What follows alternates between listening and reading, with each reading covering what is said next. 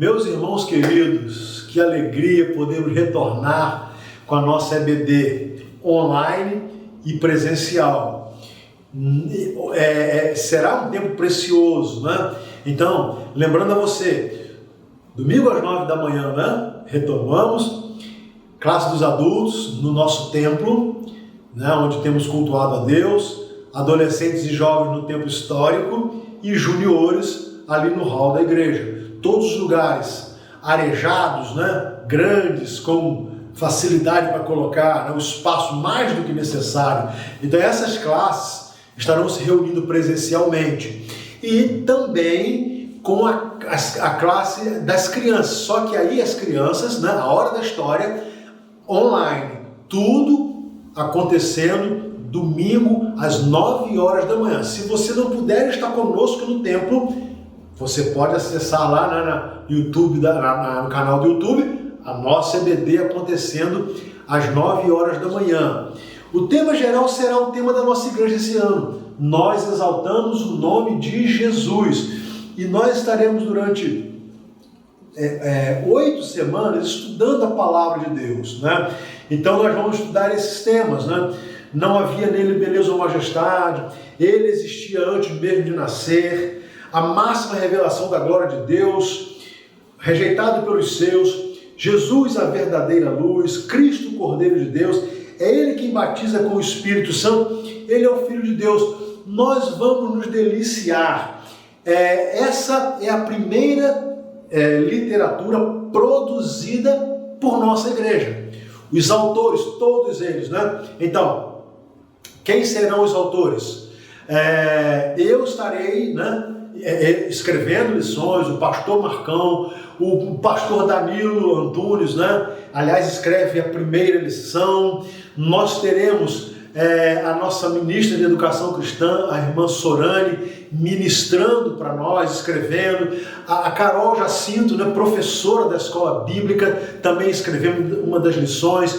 E teremos os irmãos, né, com formação teológica, alguns agora fazendo seminário, outros já formados, o irmão Michael, o irmão Aminadab, já falei, né, o pastor Marcão. Então serão pessoas queridas que dedicaram estudo, oração, para que pudessem produzir esse material que você vai ter em mãos. Todos os membros da igreja poderão ter. Como? Nós iremos disponibilizar essa revista em todos os grupos de WhatsApp. Por exemplo, a primeira lição, né? Em todos os grupos de WhatsApp da igreja, nós teremos a nossa revista e você vai poder baixar em PDF.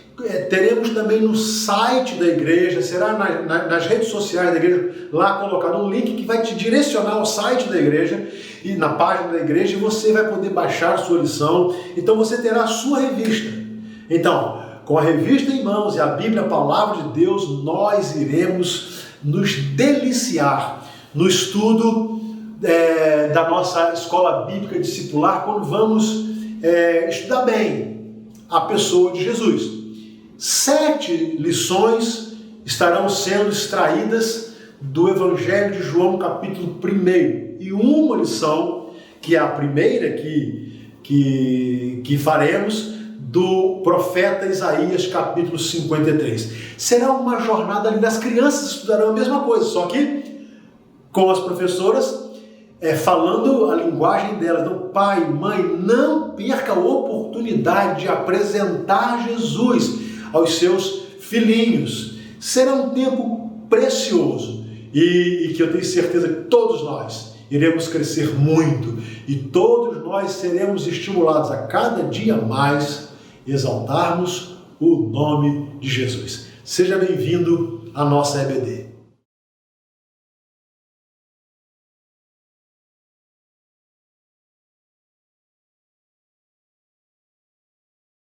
Irmãos, vamos estudar então a nossa primeira lição desse tema tão lindo, né, que nós escolhemos como igreja, o tema geral. Nós exaltamos o nome de Jesus. E na nossa primeira lição nós estudaremos o tema Não Havia Beleza ou Majestade. Nós queremos começar orando com você, como sempre fazemos, porque para nós esse é um momento muito importante, né, do estudo da EBD, é o tempo que nós dedicamos para não só expor a palavra de Deus, mas para, com essa exposição, aprendermos, termos, né, o discernimento do Espírito Santo para o nosso crescimento espiritual. Então eu convido você a orar comigo agora. Pai, nós te agradecemos pela oportunidade de podermos retornar com a nossa escola bíblica discipular e que nesses próximos 2 meses nós sejamos ricamente abençoados pelo Senhor, de conhecermos mais a Jesus, de nos aproximarmos mais dele para podermos estar impregnados do senhorio de Cristo em nossas vidas e da tua maravilhosa palavra. Para todos os professores, nós pedimos a unção do teu Espírito Santo, discernimento, para que a exposição seja sempre clara, cristalina, bíblica. E para todos aqueles que irão participar das aulas, que o teu Espírito fale ao coração de cada um, dando-lhes discernimento, para que assimilem aquilo que o Senhor tem a ensinar e o que o Senhor tem a nos dizer. Muito obrigado pelo privilégio de retornarmos ao estudo com a igreja da tua palavra. Oramos em nome de Jesus. Amém. Meus queridos, nós, durante esses próximos 2 meses, nós estaremos falando de uma maneira muito especial sobre a pessoa de Jesus e tentando nos conduzir a esse momento de vivermos uma vida que exalte, que glorifique o nome de Jesus. A centralidade de Cristo. Esse é o nosso propósito. Que Cristo seja sempre o Senhor de nossa igreja, que Ele seja o centro das nossas mensagens, o centro das nossas orações, o centro das nossas canções, porque Ele é a cabeça da igreja. Então, nessas próximas 8 lições, nós estaremos abordando de maneira muito, muito profunda a pessoa de Jesus. Queremos convidar você a entrar nesse estudo conosco, um desejo de, na palavra, conhecer de uma maneira mais profunda a pessoa do nosso Senhor e Salvador Jesus Cristo. Das 8 lições, 7 delas estarão sendo extraídas do primeiro capítulo do Evangelho de João. E esta primeira lição, que será a abertura das nossas lições, nós estaremos estudando o capítulo 53 do profeta Isaías e damos a essa lição o tema Não Havia Beleza nem Majestade. E eu quero, a primeira coisa, te pedir para que você já pôde baixar a sua revista, estar com ela e também com a sua Bíblia, porque será muito importante para nós, né? Estarmos com a palavra de Deus em mãos, porque é nela ou dela que nós iremos extrair esses ensinos. Então, eu quero ler com você primeiramente o capítulo 53 de Isaías, o versículo 10, que vai nos dizer assim: Contudo, foi da vontade do Senhor esmagá-lo e fazê-lo sofrer. E embora o Senhor tenha feito da vida dele uma oferta pela culpa, ele verá a sua prole e prolongará os seus dias, e a vontade do Senhor prosperará em sua mão. E queremos deixar como versículo-chave, a primeira carta de Pedro, capítulo 2, versículo 24. Ele mesmo levou em seu corpo os nossos pecados sobre o madeiro, a fim de que morrêssemos para os pecados e vivêssemos para a justiça. Por suas feridas vocês foram curados. Pedro, ele nos conduz a Isaías 53. Ele nos apresenta Jesus como esse servo sofredor de Isaías 53. E quando nós lemos Isaías 53, nós vamos ver de uma maneira muito especial muitas descrições a respeito daquele que viria se oferecer pela salvação do mundo. E uma das informações é que ele seria sofredor. Não haveria beleza em sua face, nada que as pessoas sentissem por ele atração alguma.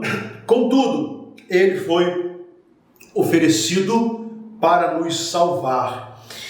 É impressionante que no judaísmo, no capítulo 53 do profeta Isaías, se você pegar lá, né, a Tanakh, você vai ver que não se encontra o capítulo 53. A ideia do judaísmo é dizer que esse servo sofredor que aqui está no capítulo 53 não é ou não faz alusão a Jesus. O servo sofredor para o judaísmo é a própria nação de Israel. É como se a nação fosse mediadora, né? O servo sofredor, né? E por toda a sua história de sofrimento, então seria uma espécie, seria na verdade, né? O mediador entre nós e Deus seria então a nação. O cristianismo já olha e examina o capítulo 53 entendendo que é uma referência a uma pessoa, a um indivíduo. Se nós analisarmos de uma maneira muito clara, é o que o texto está dizendo. Todo o capítulo 53 vai se referir a uma pessoa. Ele foi desprezado, não tinha qualquer beleza ou majestade que nos atraísse, não havia em sua aparência, nada havia em sua aparência para que o desejássemos. Então, assim, uma referência. E por quê? Porque, como Israel se desviou do propósito de Deus em desobediência, Deus precisava de alguém perfeito, de algo sem mancha, sem mácula, sem pecado. Então, de Israel, né, ele traz ao mundo aquele que seria o Messias, o enviado, o ungido, aquele que viria resgatar o povo dos seus pecados. Então, trata-se da individualidade do servo sofredor.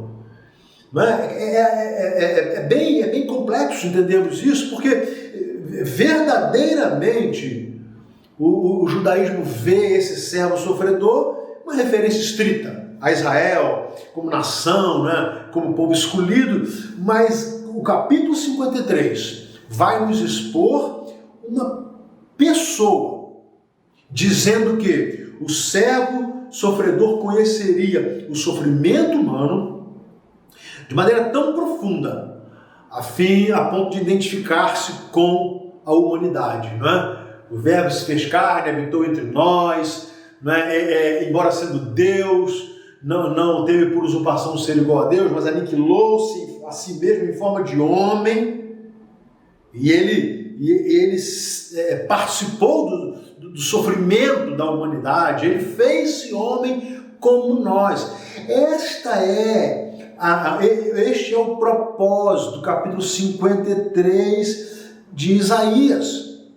E nós precisamos entender isso. Quando falamos da pessoa de Jesus, quando abordamos a pessoa de Jesus, nós falamos nesse Jesus, o Messias prometido, anunciado pelos profetas, anunciado pelo profeta Isaías e detalhadamente apresentado no capítulo 53, não só em sua forma, como em sua missão. Então, esse indivíduo, essa individualidade do servo sofredor, ele nos é apresentado acompanhado de uma necessidade. Por quê? Por que haveria necessidade de alguém vir oferecer-se em sacrifício como propiciação pelos nossos pecados. Por quê? Quando nós vamos ao livro de Gênesis capítulo 3, né, é o capítulo que vai falar sobre a queda do homem, no versículo 15 vai dizer assim: porém inimizade entre você e a mulher, entre a sua descendência e o descendente dela, este lhe ferirá a cabeça e você lhe ferirá o calcanhar. Deus falando à serpente, ou falando a Satanás, que da semente da mulher viria alguém, e esse alguém venceria toda essa obra de pecado, de destruição, que o diabo conseguiu incutir na mente e no coração humano, e que veio degenerar todo o propósito que Deus tinha para o homem. E Deus vai dizer que um indivíduo singular iria redimir a humanidade do seu pecado.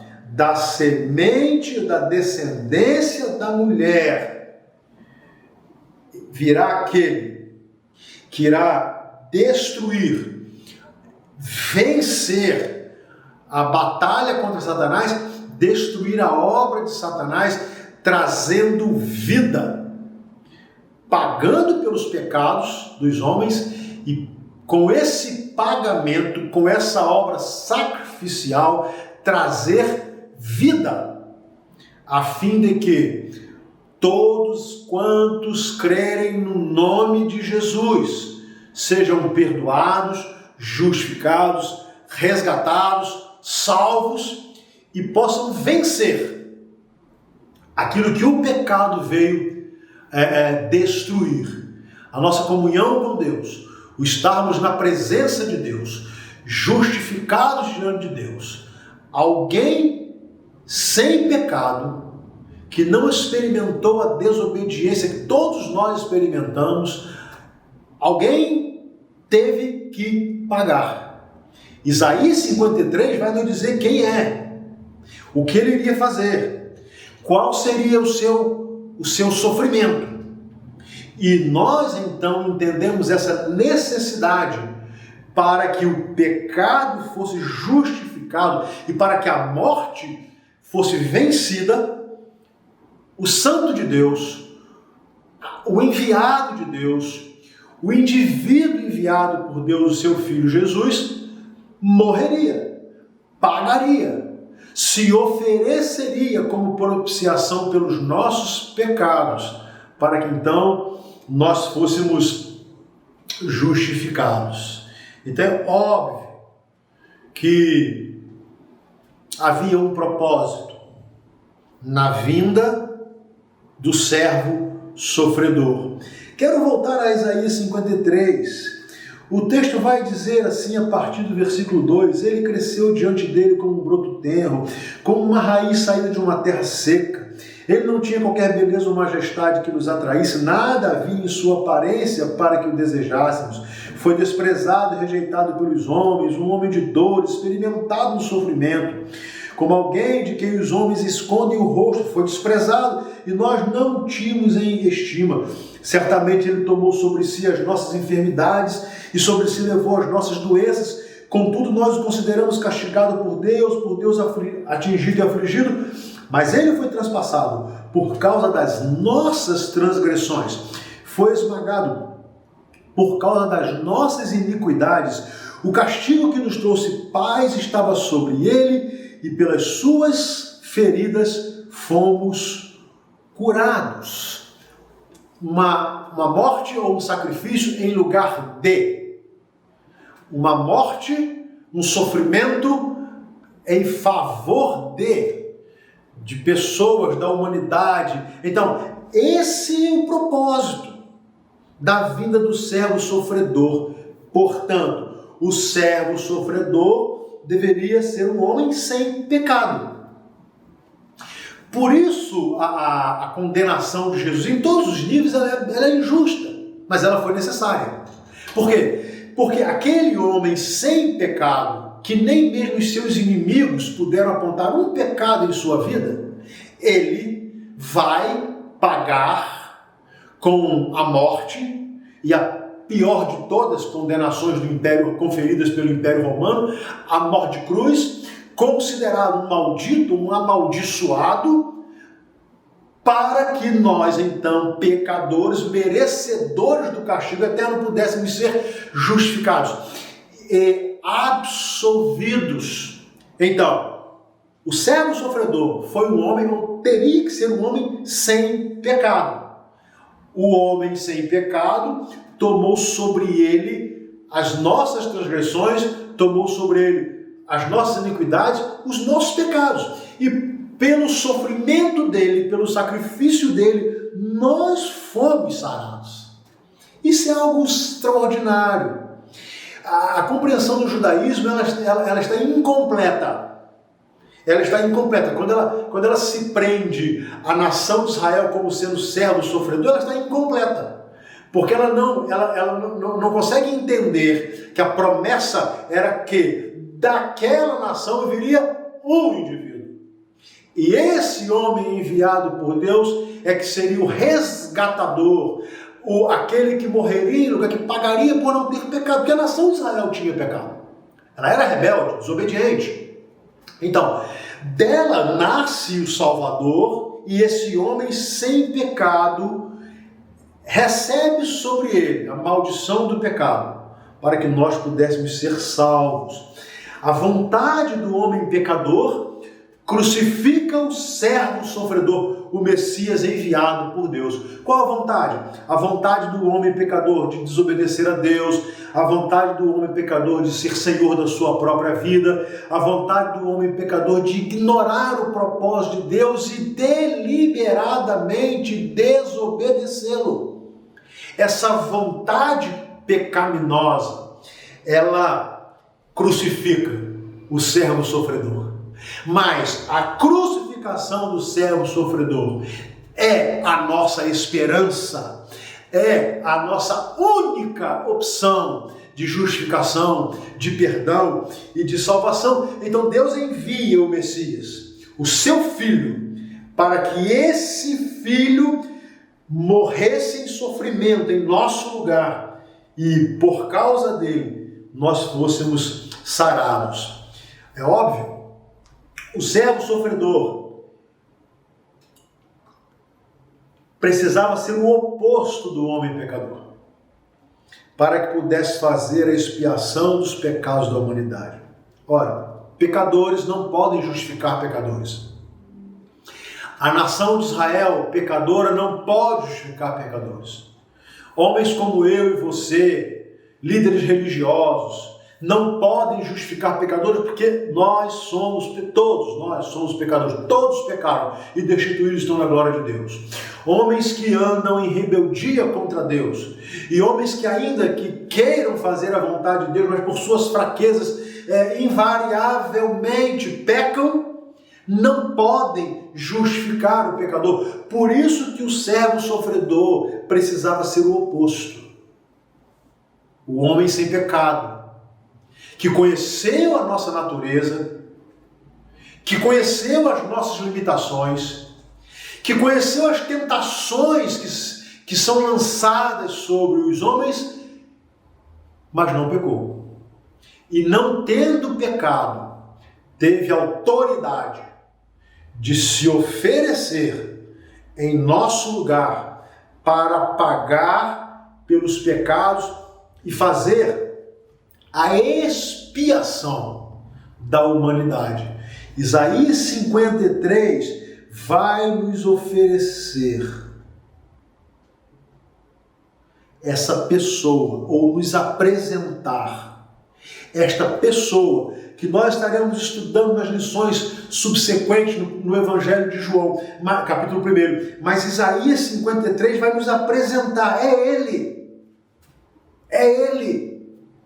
700 anos antes, Isaías já nos apresentava quem seria o Messias, como seria, o que ele passaria, qual seria o seu sacrifício em nosso, e o que isso implicaria no perdão dos nossos pecados, na nossa salvação, na nossa justificação. Por isso, nós exaltamos o nome de Jesus. O nome que está acima de todo nome. Nome diante do qual todo joelho há de se dobrar e toda língua há de confessar que Jesus Cristo é o Senhor, para a glória de Deus Pai. Jesus sofreu o que nenhum ser humano suportaria. Veja bem, talvez você leia essa frase, mas outras pessoas foram crucificadas. É verdade. Aliás, na própria crucificação de Jesus, ele estava ladeado por dois homens. Outros tantos receberam essa condenação. Por que Jesus sofreu o que nenhum outro homem suportaria? Porque Jesus não estava sentindo apenas a sua dor física, que foi imensa e para muitos insuportável. Mas não foi esta a maior dor. A dor de Jesus foi a dor de, sendo santo, imaculado, Filho de Deus, tomar sobre ele os nossos pecados, ou seja, fazer-se alguém com o peso do pecado em sua vida. Suportar essa maldição, ser considerado maldito, para que nós pudéssemos ser justificados. Só Jesus conseguiria suportar tamanha dor, tamanho sofrimento, o físico, mas sobretudo o sofrimento espiritual, o peso do pecado sobre a vida de quem não pecou, mas fez isso por amor, fez isso em nosso lugar. Por isso, bendito seja Deus, Pai de nosso Senhor Jesus Cristo. Eu quero lembrar algumas coisas antes de terminar. Primeiro,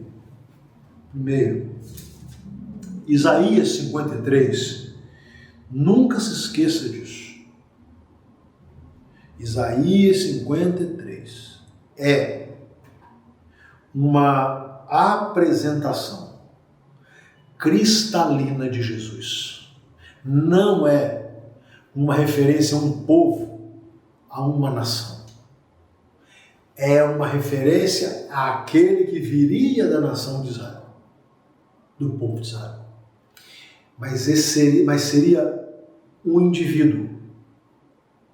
Como nós podemos aqui ver, né, logo no início da nossa lição, a individualidade do ser, uma pessoa, um homem, alguém que tornou-se homem, o Verbo se fez carne, habitou entre nós. O mesmo apresentado em Filipenses capítulo 2, que embora sendo Deus, humilhou-se a si mesmo em forma de homem e suportou a morte, e morte de cruz. A segunda coisa que nós vimos é que realmente havia necessidade de um servo sofredor, porque havia uma promessa lá no pecado do Éden. Deus prometeu: virá um da semente da mulher, e ele irá destruir a obra de Satanás. Por isso que a palavra vai nos dizer que o diabo veio roubar, matar e destruir, mas que Jesus veio destruir as obras do maligno. Em último lugar, o propósito do servo sofredor foi que, embora não tendo pecado, fazer-se pecado por nós. Que fazer-nos entender que ele teria que ser o oposto do homem pecador. Nenhum homem, em nenhum momento da história, poderia ser digno e capaz de fazer o que Cristo fez em prol da humanidade. Por quê? Porque Jesus, a quem nós exaltamos, foi aquele que não pecou e por causa disso teve autoridade de ir à cruz e dizer ao Pai: está consumado, está tudo pago, porque este homem sem pecado tomou os nossos pecados sobre ele e na cruz do Calvário pagou. E por último, dizer a você que Jesus não é só único, como também é suficiente. Jesus sofreu o que nenhum outro ser humano suportaria, porque Jesus tomou sobre ele, a despeito de toda a dor física e emocional que ele teve, ele tomou sobre ele a dor terrível da maldição do pecado. E na cruz ele pagou. Por isso, meus irmãos, eu quero voltar ao tema da nossa lição geral. Por isso, nós exaltamos o nome de Jesus. Não se esqueça, não se esqueça. Não havia em Jesus beleza nem majestade. Nada que naturalmente atraíssem os homens a ele. Por isso ele foi rejeitado. Por isso foi tido como um enganador, um impostor. Porque não havia nada nele que representasse a autoridade humana, o status que os homens buscam na vida, seja autoridade militar, política, governamental, não interessa. Nada disso era visto em Jesus. Mas em Jesus foi visto a autoridade do Rei dos Reis, do Senhor dos Senhores, do único que poderia pagar pelos nossos pecados. Por isso, nós exaltamos o nome de Jesus. Eu quero convidar você a orar mais uma vez. E antes de orar, lembrar, entre nessa jornada conosco. Entre nessa jornada. Nessa jornada da nossa EBD, que nós estaremos assim, sabe, esmiuçando a pessoa de Jesus. Leia o capítulo 53. Eu quero mostrar a você aqui, na nossa revista, eu vou voltar nela um pouco, que eu quero mostrar a você, eu vou lá no final da primeira lição, né? Eu quero ler para você, e não sei se ficará nítido para você, mas ler a conclusão dessa lição. Escrita lá pelo Danilo, ele diz assim: lembro-me da primeira vez que visitei uma sinagoga na cidade de Dallas, nos Estados Unidos. Sendo muito bem recebido por um senhor que se chamava Paulo, me deparei com uma triste realidade. Ao ser presenciado com uma cópia da Tanakh, os livros da lei, os profetas e os livros poéticos, ao buscar o capítulo 53 do livro de Isaías, não pude encontrar. Perguntei ao senhor Paulo o porquê da leitura do capítulo 52 passar diretamente para o capítulo 54. A resposta foi: você não vai encontrar o capítulo em que vocês cristãos acreditam falar sobre Jesus. O servo sofredor é a nação de Israel. A interpretação dos judeus não está incorreta, mas sim incompleta. Jesus é o servo sofredor descrito em Isaías 53. Jesus sofreu o que nenhum outro homem suportaria. Na nossa revista você terá alguns temas para reflexão. Israel não deixou, nem nunca deixará de ser povo escolhido de Deus. Oremos por nossos irmãos judeus ao redor do mundo. O Israel de Deus, né? Não só agora a nação como sim, mas todos agregados pelo nome de Jesus. O sofrimento é parte do cotidiano humano, mas lembre-se de que sobre os insultados em nome de Cristo repousa o Espírito da glória, o Espírito de Deus. Que Cristo seja o centro e o foco da nossa fé. Nele, em Cristo, habita a plenitude do conhecimento de Deus. Não se esqueça que você tem aqui, a partir de amanhã, segunda-feira, uma proposta de leitura diária. Todas as semanas nós teremos uma proposta de leitura diária que terá, essas leituras estarão relacionadas com o tema de nossas lições. Então, se delicie durante essa semana, sua devocional, com a leitura desses textos maravilhosos que vão aproximar você de Cristo. E textos que irão nos aproximar do alvo e do tema que temos escolhido. Nós exaltamos o nome de Jesus. Vamos orar. Pai, obrigado. A tua palavra é maravilhosa. E nela nós encontramos a pessoa de Jesus revelada a nós, como teu Filho, como o Messias prometido, como o Cristo ungido, como aquele que viria e veio para salvar-nos e para perdoar-nos. A Ele seja a honra e glória, e que a nossa fé esteja absolutamente alicerçada no nome de Jesus, e que a nossa vida, em tudo que fizermos, falarmos ou pensarmos, seja uma exaltação ao nome de Jesus. Oramos agradecidos. Amém. Que Deus te abençoe. Domingo que vem, a nossa segunda lição.